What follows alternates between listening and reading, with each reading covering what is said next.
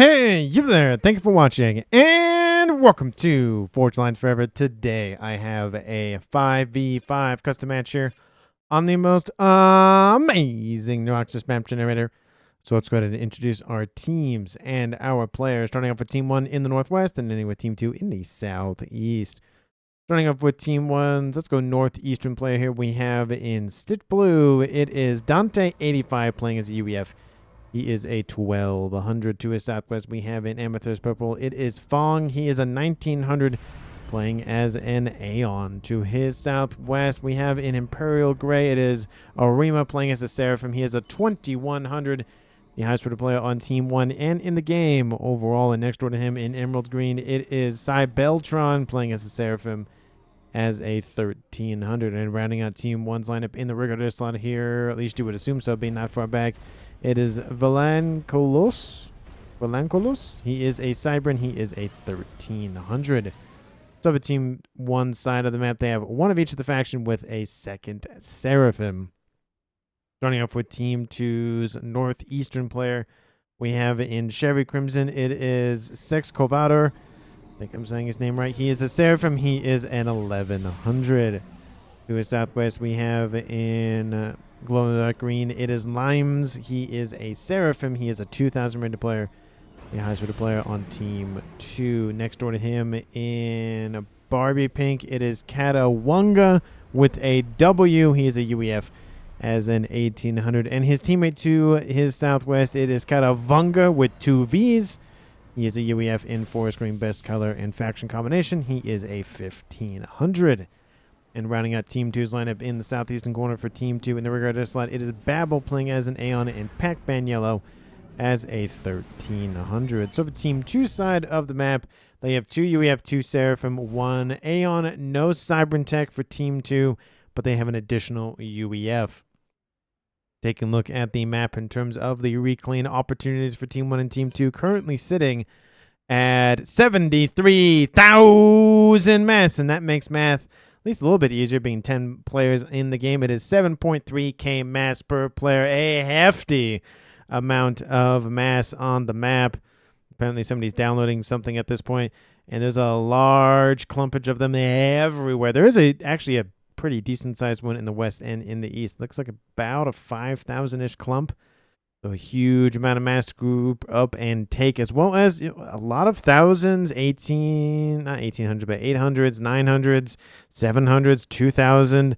A lot of the mass, I'd say half and half. It's in the middle of the map, and it's, then half of that is distributed between Team 1 and Team 2 side of the map. So there's definitely a desire to go for the middle of the map as quickly as possible to scoop up that reclaim. Of course, not the direct central point on the map, because there's not only any reclaim up there, but there's not even mexes up there on that upper plateau. At least it looks like it's definitely an upper plateau. Taking a look at the mechs, at least the additional mechs locations on the map, we have a quad mechs in the backline for Team 2's Babel to grab, as well as another one to the north. That's more of a 5-star mech that's going to Limes. We do see another Trimex position on the eastern side, as well as on the eastern edge, and then a twin mech in the middle, and then another twin mech just short southwest of that. Oh, and I will note there is also a Trimex on the western side for Vunga to grab. And again, it is Wunga and Vunga until one of those two die, and then it's their full name. Anyway, taking a look at players I headed off to in this game, we have Team 1's rear guard side player going for his quad mech position to the north.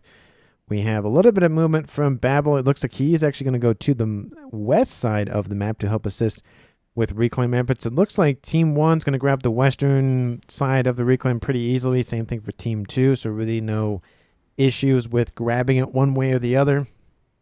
Not a lot of contesting going down between these two players. We do see Team 2's both Katawunga and Katawunga.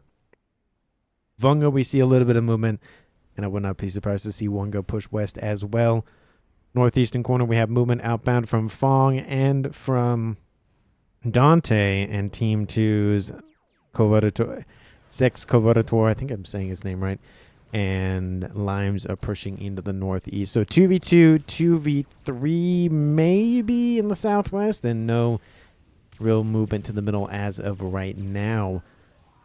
We do see a decent amount of stacking up for Team 2, at least on the eastern side in terms of Team 1 units. And look at all of those rocks just waiting to be scooped up and funneled into not fields, but weapons or structures or something in this game. We do see a little bit more movement from Cybeltron on the western side. Looks like he's going to push to the Trimex position in the southwest for Team 2.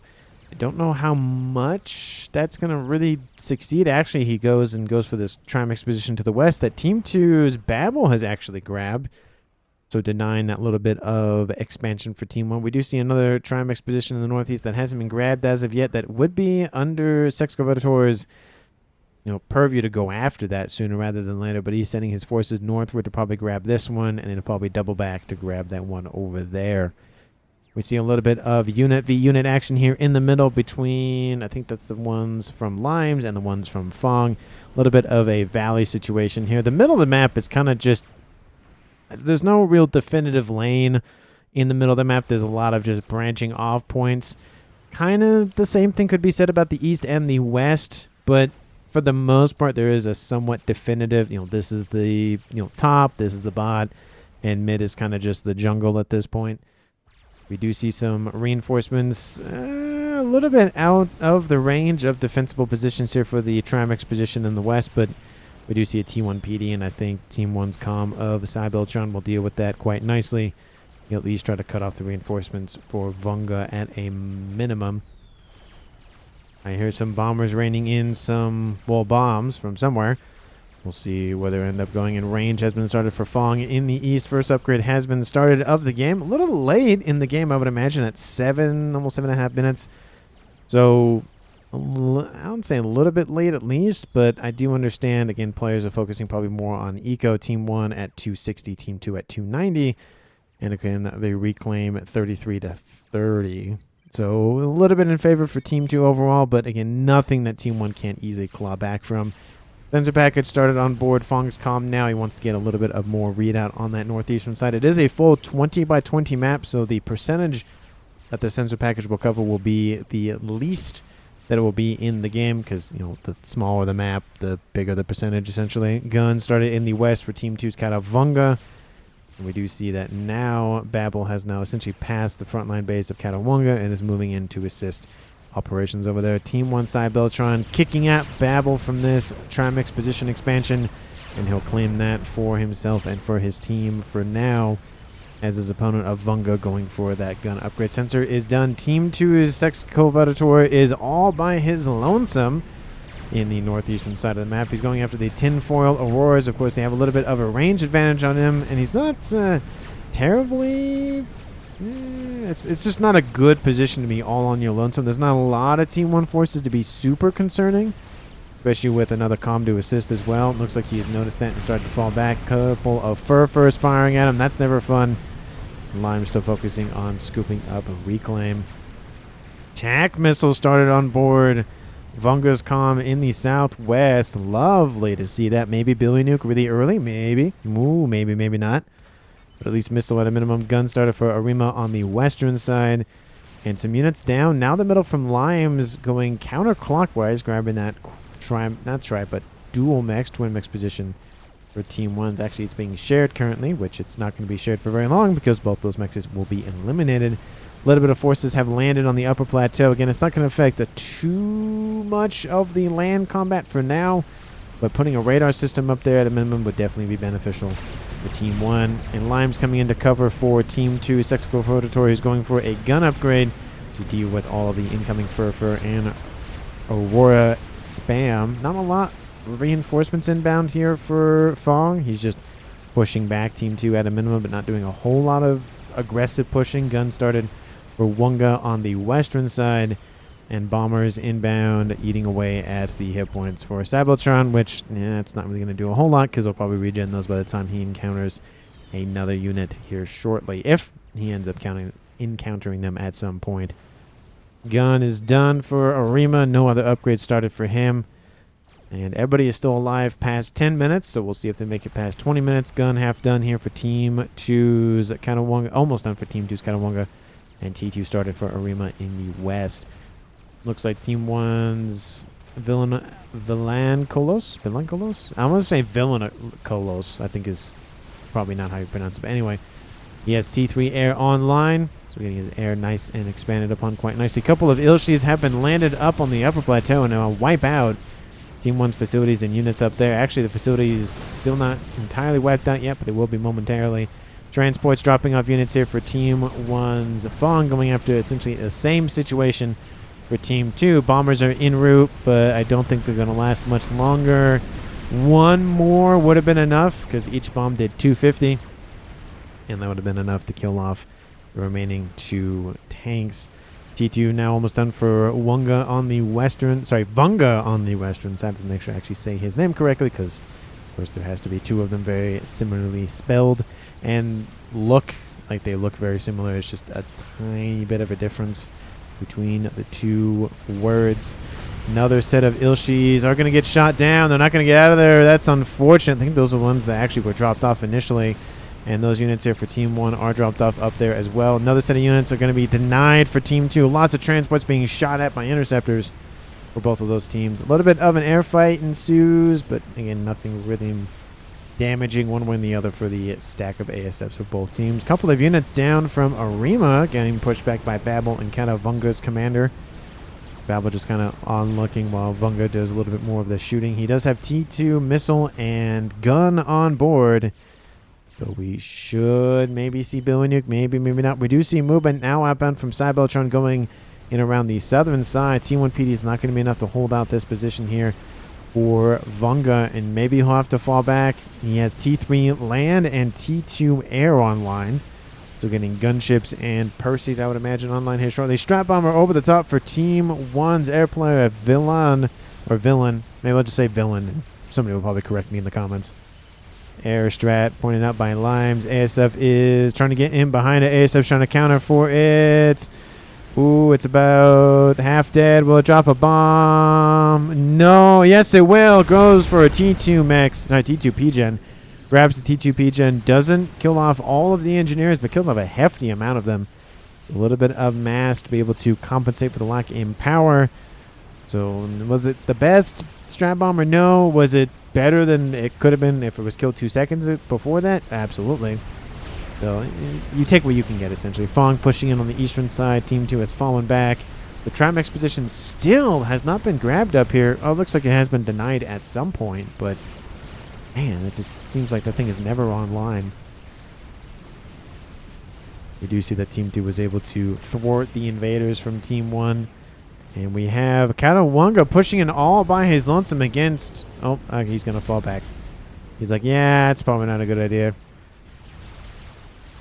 And eastern side, it's not looking good for Sex Carbonator. He's being isolated from his main base in the south. He's in the north, and it's just not looking good for him. Not a lot of units for defense, not a lot of PD for defense. And this might be the end of his base, at least for the foreseeable future. Team 2 is going to lose out on some mass. Team 1 actually in the lead for mass at about 100 mass per second, so they have not only caught up, but just blew past Team 2 in terms of eco per second. And Katawanga getting stuck on a little bit of a cliffside there. Missiles raining in. Really want to just drive those hit points southward. And I just don't know if it's going to be enough on the eastern side to stop this push. Thinking about the western side, but I think it's going to be fine. T2 PD are online, but they're going after the mexes, denying the ability to build more defenses. It looks like the base will be fine in terms of the headquarters, but a lot of the mass income has been denied. That's 3 T2 single ring mexes. That's 27 mass per second, plus another one's probably 36, and maybe even another one's sort of 45. So a lot of mass loss for the eastern side for Six Carbonator. He does take the Trimax position to the northeast, so it's a little bit of trading going down, but I think he'll definitely think that he got the raw end of the deal in that situation. Team 1 doesn't push too much far downward. It looks like they took out this position, and Team 2 is rebuilding. Titans are on the prowl, dealing with a lot of just whatever units running around for Team 1. We do see a nice little Otham, not really doing any... Does it see it? No, I can't even see it. It's barely out of range.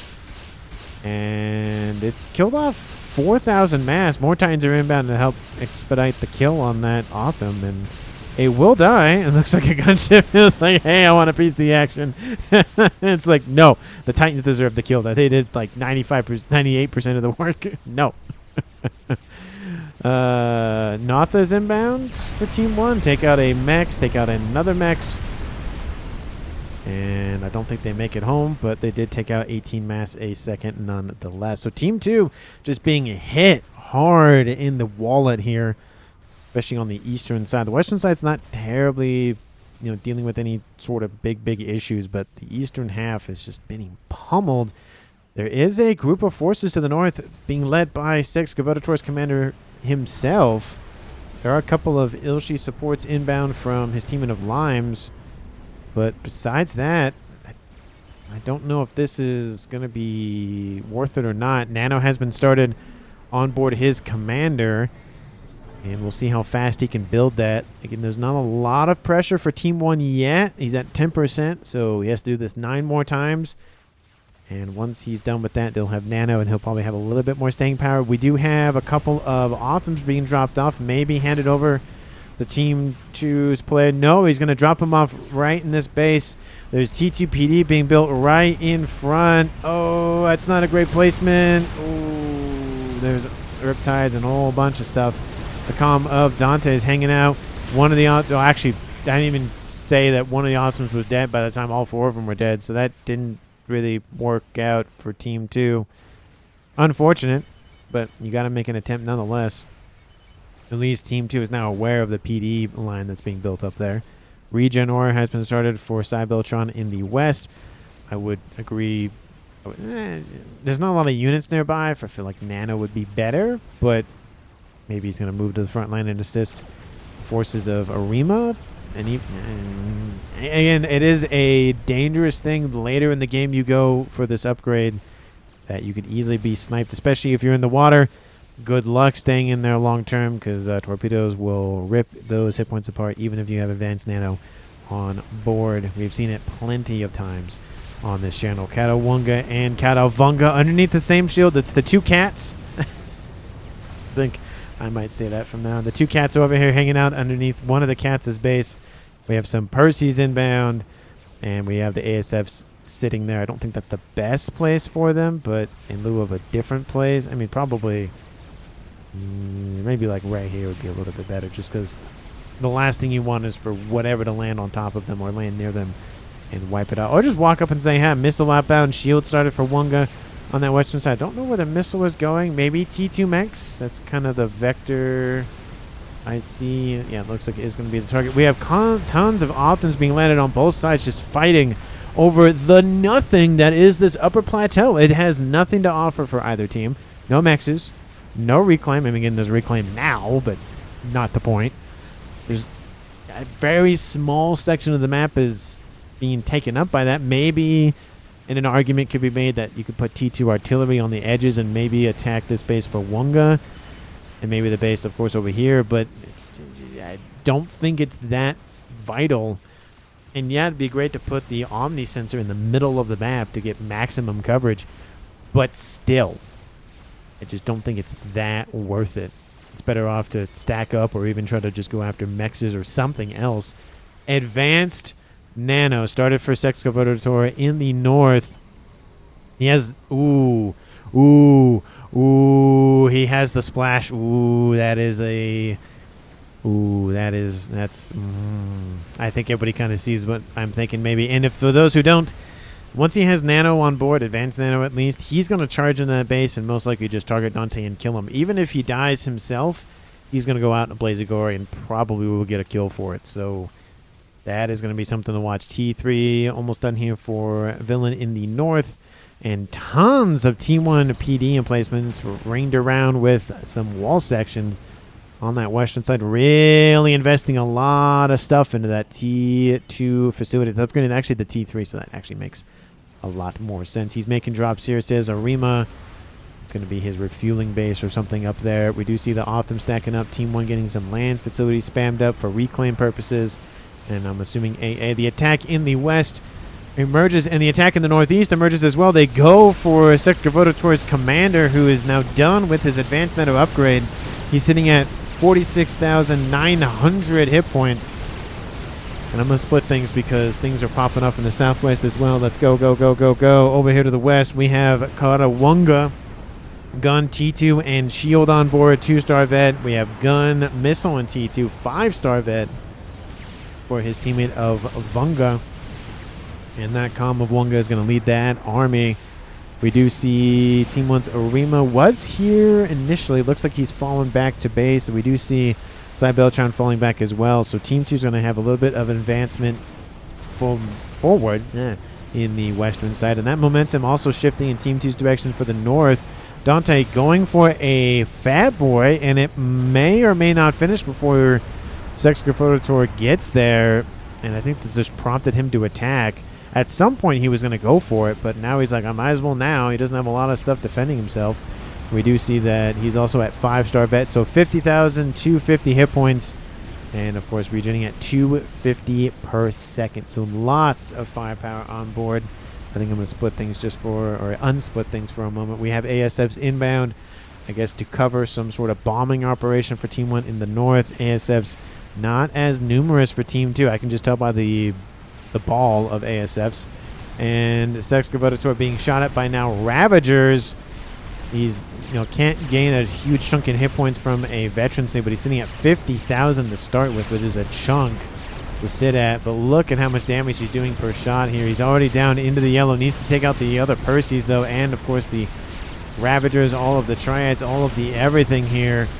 Not looking good for his comm. He's dropping below 25% hit points, and that Perseus might just be the thing that does him in. One shot will be enough. Maybe. It hasn't fired. Oh, 2,000 hit points. Ooh, he's at 2,000 hit points. He's staying at about 2,000 hit points. Drops to less than 1,000. And Dante is fleeing. That Fat Boy did not finish. And this base will most likely go down unless Team 1 can get some more reinforcements to arrive. He's not looking good. He's dropping below 1,000. The first kill of the... Oh, he's just teetering on death. And there he goes. Finally defeated in the defense of Dante's base for Team 1. Well, for Dante specifically. And it is now a 5v4 in Team 2's favor. I think it just came down to so much PD was initially online that it chewed most of his hit points up. Just could not keep anything stable going. And that was it. So unfortunately for Team 2, they lose the first player of the game, but he did make it past 20 minutes, so there is that to consider. And the base will go to Limes. He now is at double base, like I said, at 500 hit points. Villain on one base, the air player for Team 1, at almost 500 himself, so doing very, very well in the eco for Team 1. But Team 2 collectively is winning the eco game just barely. So be that as it may, we'll see how the game progresses. On the western side, though, I think more staying power is starting to emerge for Team 2. The base for Arima has been wiped out, at least the frontline one. There's, of course, the base here for Cybeltron with some Othams being shot at by some Spearheads, which, again, those things are very, very annoying to deal with. Lots of missiles. It's like having a torrent on land. Very small target. I think the same amount of hit points? No, it's like 3 times.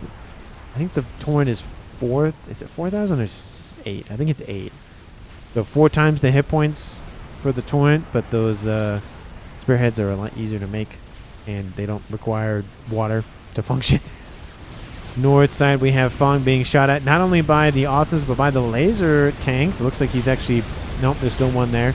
He's falling below his shield capacity, but he did get a veterancy, so that saves him from falling into the yellow. Looks like this might be enough to stave off death, maybe. There's some reinforcements inbound to SSU. I'm assuming combat preset is inbound. That might be enough to drive him into the water. Of course, his shield will not be useful until it fully regens. And the transport does drop off. That advanced preset commander sitting at 265 hit points. It does have the overcharge ability and sensors on board, so very powerful unit.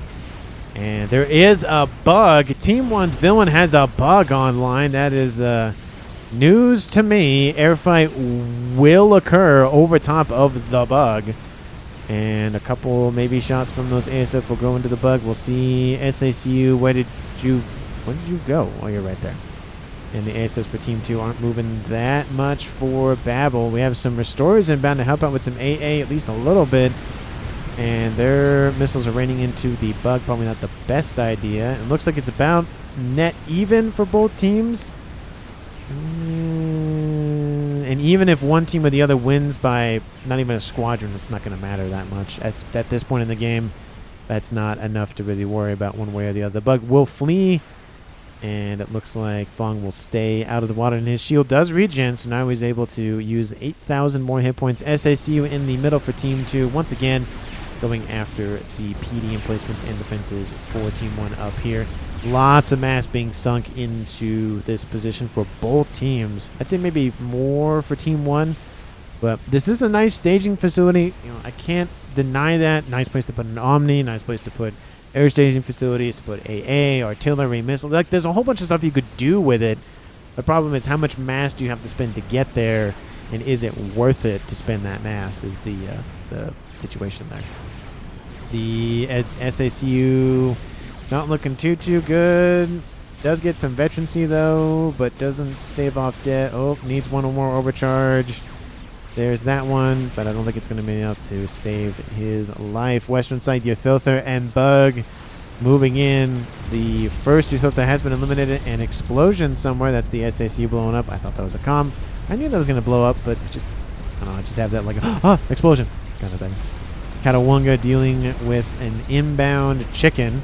Has some Team 1 spam facilities for some protection. Does have a decent amount of Percy's here, which, again, they are really good at taking out T4 units. They're the best T3 mainline unit for dealing with Percy's dealing with monkeys, crabs, colossi, chickens, fat boys, anything in terms of big HP units.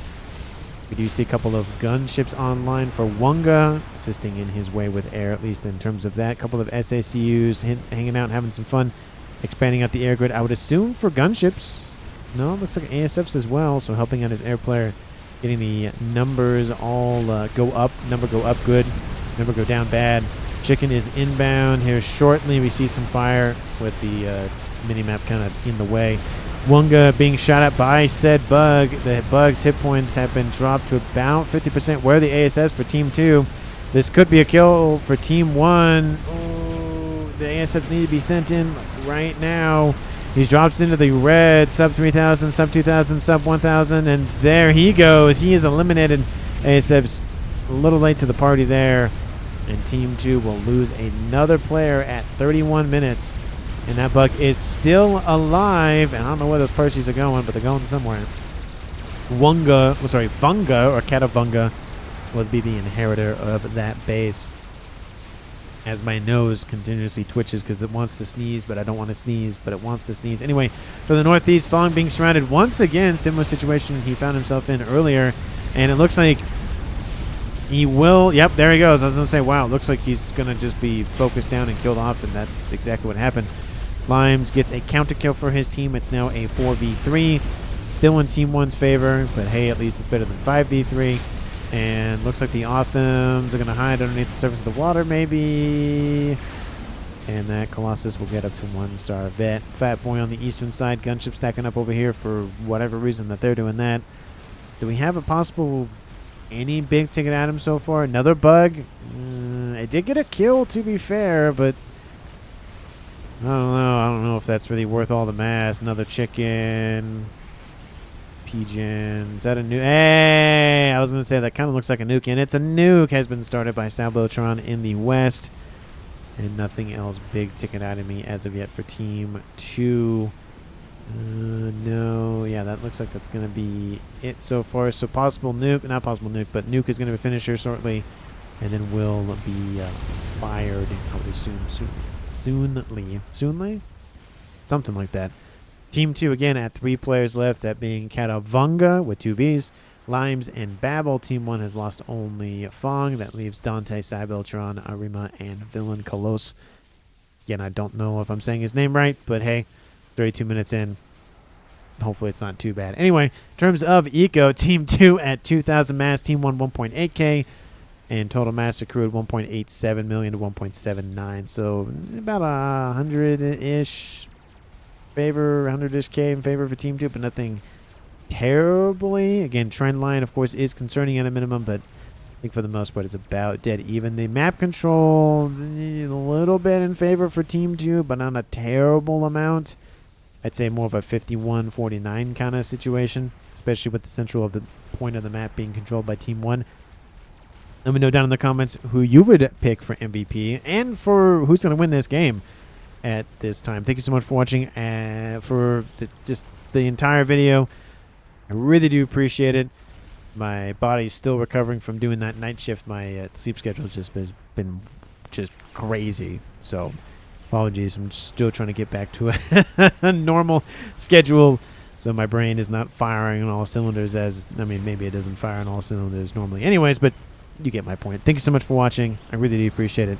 If you haven't, please do the YouTube things. Like, comment, subscribe, and share, and donate all the things that you want to do. Really do appreciate it. We were watching some gunships just be slaughtered by some ASFs, so if you don't like restorers, there's a little bit of that, and if you love them, sorry about that.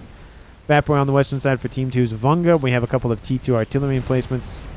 Gonna start maybe shooing that thing away, and it actually successfully does that. We do have a group of forces stacking up underneath T2 artillery range, so they want to go for it. They should either go for it or fall back, or not go for it if they don't want to. Those missiles raining in from the west, I think... Yes, those are missiles raining in from the west. Going after this T3 mech's position for Vunga. In Limes finishes another experimental. I would assume it's another Euthotha. Yep, there it is. And in the north, that GC has replaced its elder brother because its elder brother most likely died somewhere. Oh, it's right there. That's where it died, right there. It's actually being reclaimed by that SACU right now. That is the good thing about using SACUs for combat, is they can build stuff, they can reclaim stuff, they can capture stuff if you really wanted to do that. So there's a lot of utility for those SACUs. Unfortunately, they are very expensive, especially when you go for all of the upgrades that some of them have on board. That one's actually sitting at 32,000 hit points at 1-star vet and sensor, nano, and overcharge. So lots of firepower on board that thing. Team 1 in the northwest, what is your base looking like? More air grid and decentralizing it. Love to see that. Love the SMD in front of it. SMD over there. Team 1's nuke is done. It's not loaded yet, but it is done. It's going to fire immediately, it looks like. Let's go immediately for this frontline base. Team 1 does not want to deal with that thing long term, and that will open the door for the land attack afterwards. So I do like kind of that opening move with the nuke and then setting the forces afterwards. We have GC versus Chicken. Lots of Authams, though, so that GC's going to get outnumbered significantly, especially with the Harbinger assistance. Going to thin down the numbers a little bit, but not too much. Was that T3 artillery that I saw? No, that's that was whatever, AA or whatever. Drop bomber running around. Don't know what it's doing, but it's going to do something, I guess. And it looks like the GC's falling back. Fat Boy moving in to assist on the northeastern side. Gunship's going to start thinning out the Harbingers, and Chicken going to help with that as well. The GC is in range of the Chicken's guns, but the Chicken will fall back. I think it might be favoring that Fat Boy that's inbound. There's also a Chicken over here for Team 1's Arima as well. And that SACU is still here. Looks like this is the main production facility for the Chickens. Don't know why they're not building anything. Maybe there was an issue with build order or something. Or build placement, probably. Artillery raining in, TMD, AA being wiped out, as well as some... Ooh, that T2 radar system is going to be lost. That's going to be unfortunate. But there are two Omnis, one on the east and the west, to help compensate for the loss nonetheless. Actually, I think the T2 satellite, actually T2 radar system, I always want to call that a satellite, is kind of just a backup at that point. SACU emerges and gets immediately bodied by the Chicken and the Harbingers and the whatnot. Chicken for Team 1 is going to be eliminated, but was going to hug Team 2's Chicken. Team 2 Chicken goes, no, don't hug me, bro. Go away from me. And does able to stop the hug, but I don't think it'll be able to stop its death, especially with the second Chicken inbound. Going to try to get as close to that GC from Team 1. And that Chicken goes down. That GC goes, don't hug me, bro, and decides to retreat and get out of range of that Ion Storm. One Fat Boy trying to protect against two Yothothas. That's not going to help. The nuke is about loaded, so that nuke's going to probably have a new target. But Team 1's northern player of Dante has a nuke. And he's launching that at something. So there's 2 nukes online for Team 1. Where is that? Ooh.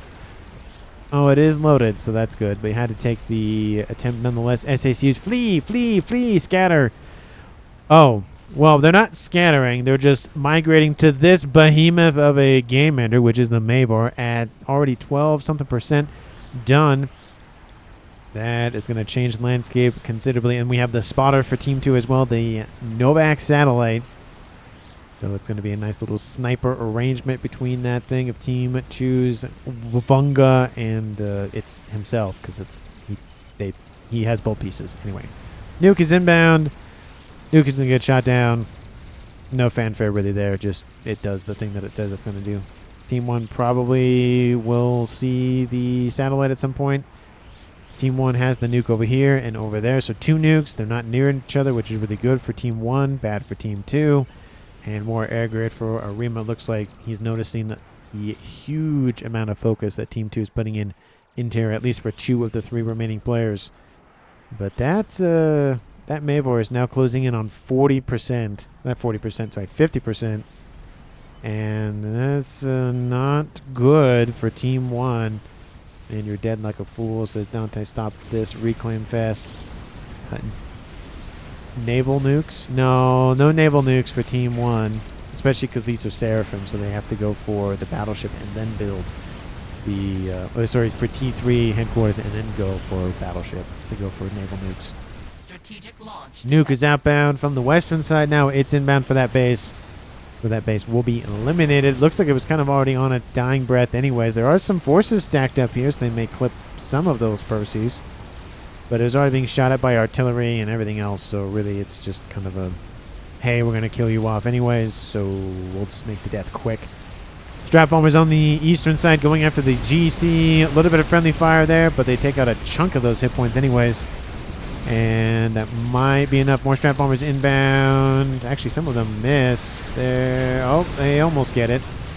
And it looks like the Althans might be enough to deal with the GC. The chicken will make it to the water at a minimum. Nuke spotted by Wunga in the west.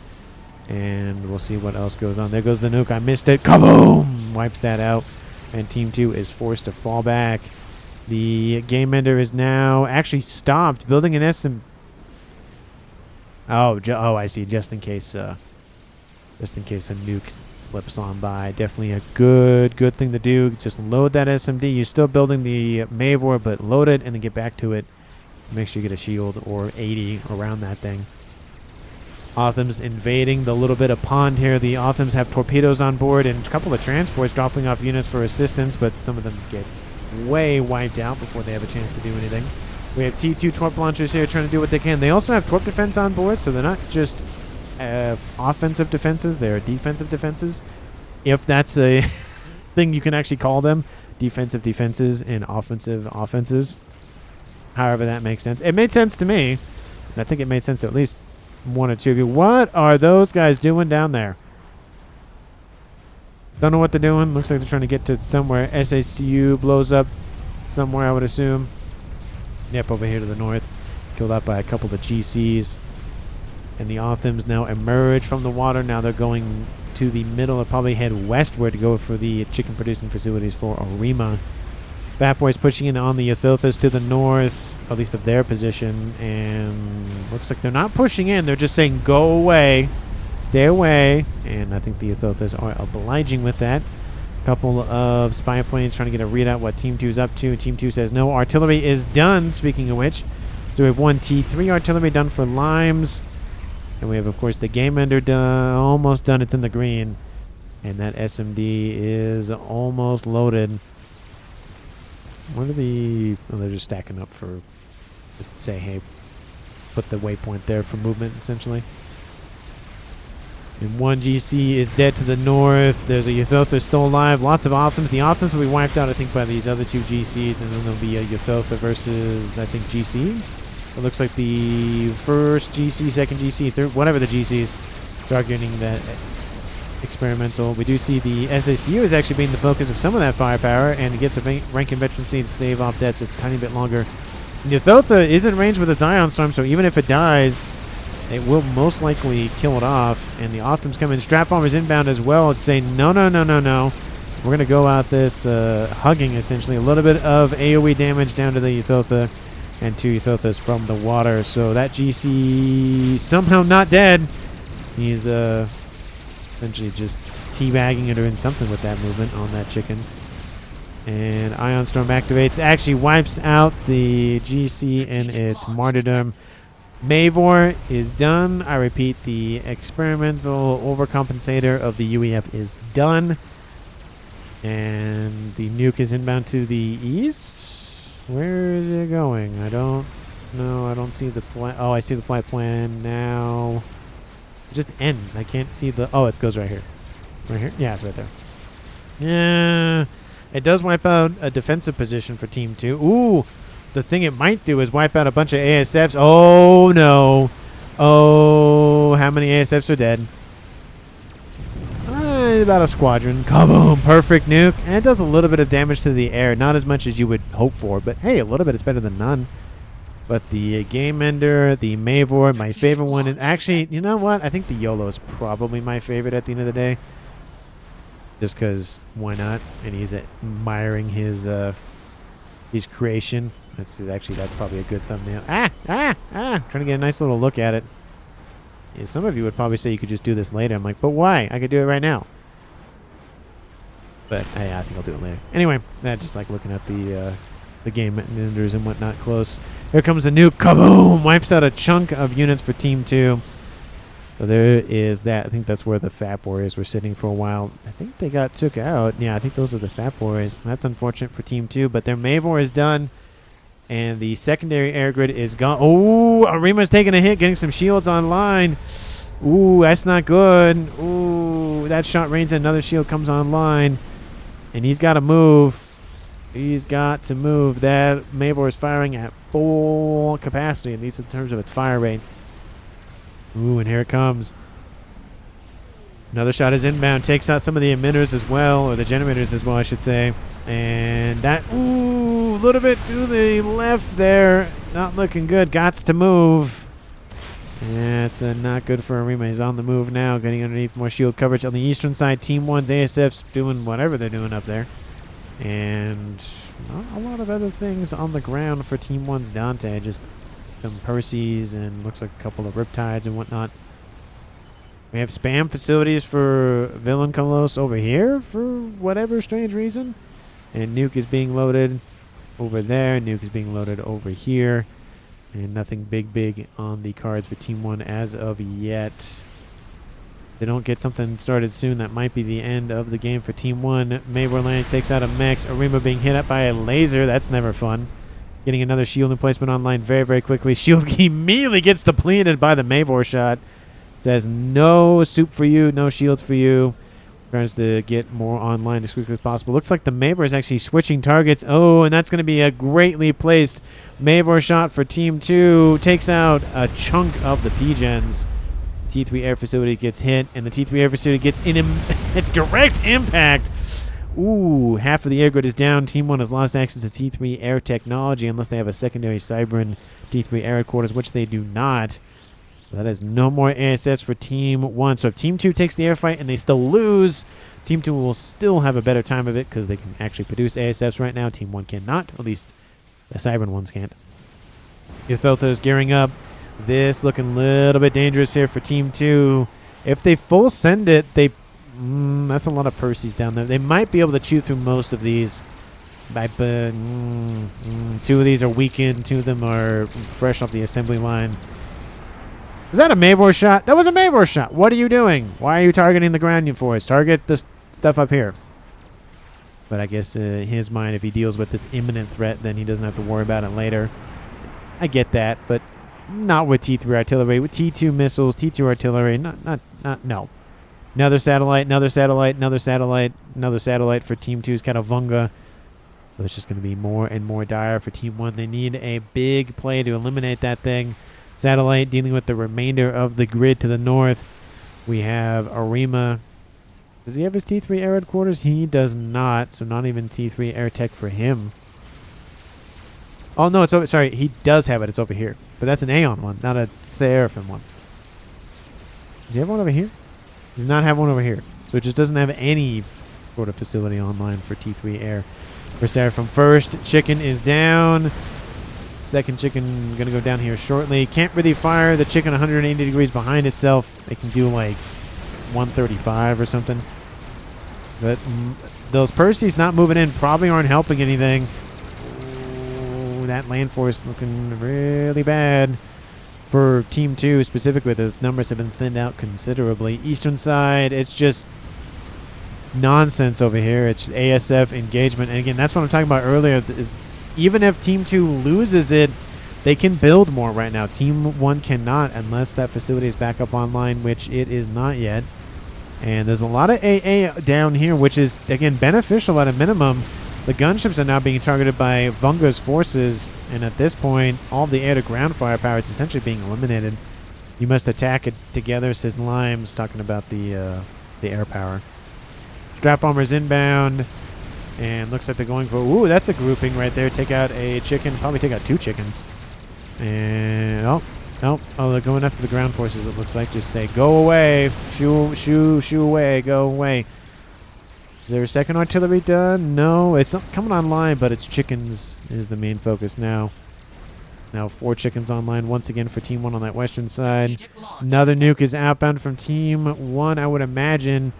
And I would imagine it goes for the single most greatest annoyance in the game right now, and that would be the game ender. But no, it goes to east, and it goes all the way over to this position. The forces for Team 2 split apart. I don't think that's worth the nuke. I do get wanting to get value out of it, but you have a Mavor, you have 4 satellites technically. I mean, that's a lot of firepower to just kind of leave unmolested. That's not the word I want, but that would fit, but it's just not alive, or leave it alive, I should say. Anyway, 46 minutes on the clock. Arima being hit by satellites. There's no. He's I think that one might do it in. Nope. Shield stays put. Artillery was started, but that's not going to finish anytime soon. Oh, any control Ks, or does it get killed off by Katawunga or Vunga? That is a control K. He was going to die soon anyways. It looked like it actually like pierced the shield, but it did not. The Team ACU bomb, a nuke, says Limes. Villain control Ks as well. 47 minutes on the clock. I haven't played like a year. I'm too bad right now, says Arima. He's just getting back into the swing of things. You got to get those warm-up matches in and get back to all the thinking and the whatnot. I don't blame him. There's the explosion to the north. That's where he is. And actually, that's where Dante dies as well. He control Ks, leaving just Cybeltron, the last remaining player on Team 1. All it takes is a game ender and a dream. And Team 2 able to stalwartly defend the eastern side. I think I'm using that word correctly. 1, 2, 3, 4 chickens, 5 chickens, 6 chickens on the western side. Again, it is dangerous. There's a lot of Ravagers built in the interim. There's no secondary line of defense. At some point, you would think they have some sort of, just other PD line. But at this point, I don't think there's going to be much that Team 1 can do at this point. The eastern side is being pushed back. Everything's being clumped together to the north. The nuke was taken out at some point, and Team 1 Cybeltron control Ks as well. He says, no, I'm good. He was actually starting a YOLO. That's way too late to start a YOLO at this point. And there is the game. And the chickens, I mean, have the initial push that we saw with 3 or 4 of them continued. There could be an argument to be made that I don't think these were PD were here then, but even then, at least this base would have been gone. Maybe it would have opened the doors to go after the Mavor. I mean, Team 2 probably would have had to divert forces. I mean, there's a lot of strats here. So probably divert some of those strats over to here to deal with that. I just don't think there was enough pushback on Team 1 side to go on the western side to push back to get into the Mavor that way. And then the air not really being there kind of didn't help as well. So for Team 1 specifically, so it just kind of was a, if they push, they may or may not going to win. And if they don't win, it's going to be a guaranteed loss. And if they don't push, then maybe they could try something else. But I just think it was too little too late, I think, at that point. But let me know down in the comments who you think deserves MVP. I kind of leaving Vunga with 2 Vs. just because the Mavor did expedite the departures of everybody else on Team 1. So, again, it's not a... I don't want to always give it to the guy building the game ender or the highest rated player or whatever, but sometimes the game ender or the highest rated player does make the best play or the best whatever strategy, whatever in the game. So I think Vunga gets it. Thank you so much for watching to the very end of the video, and I will see all of you in the next one.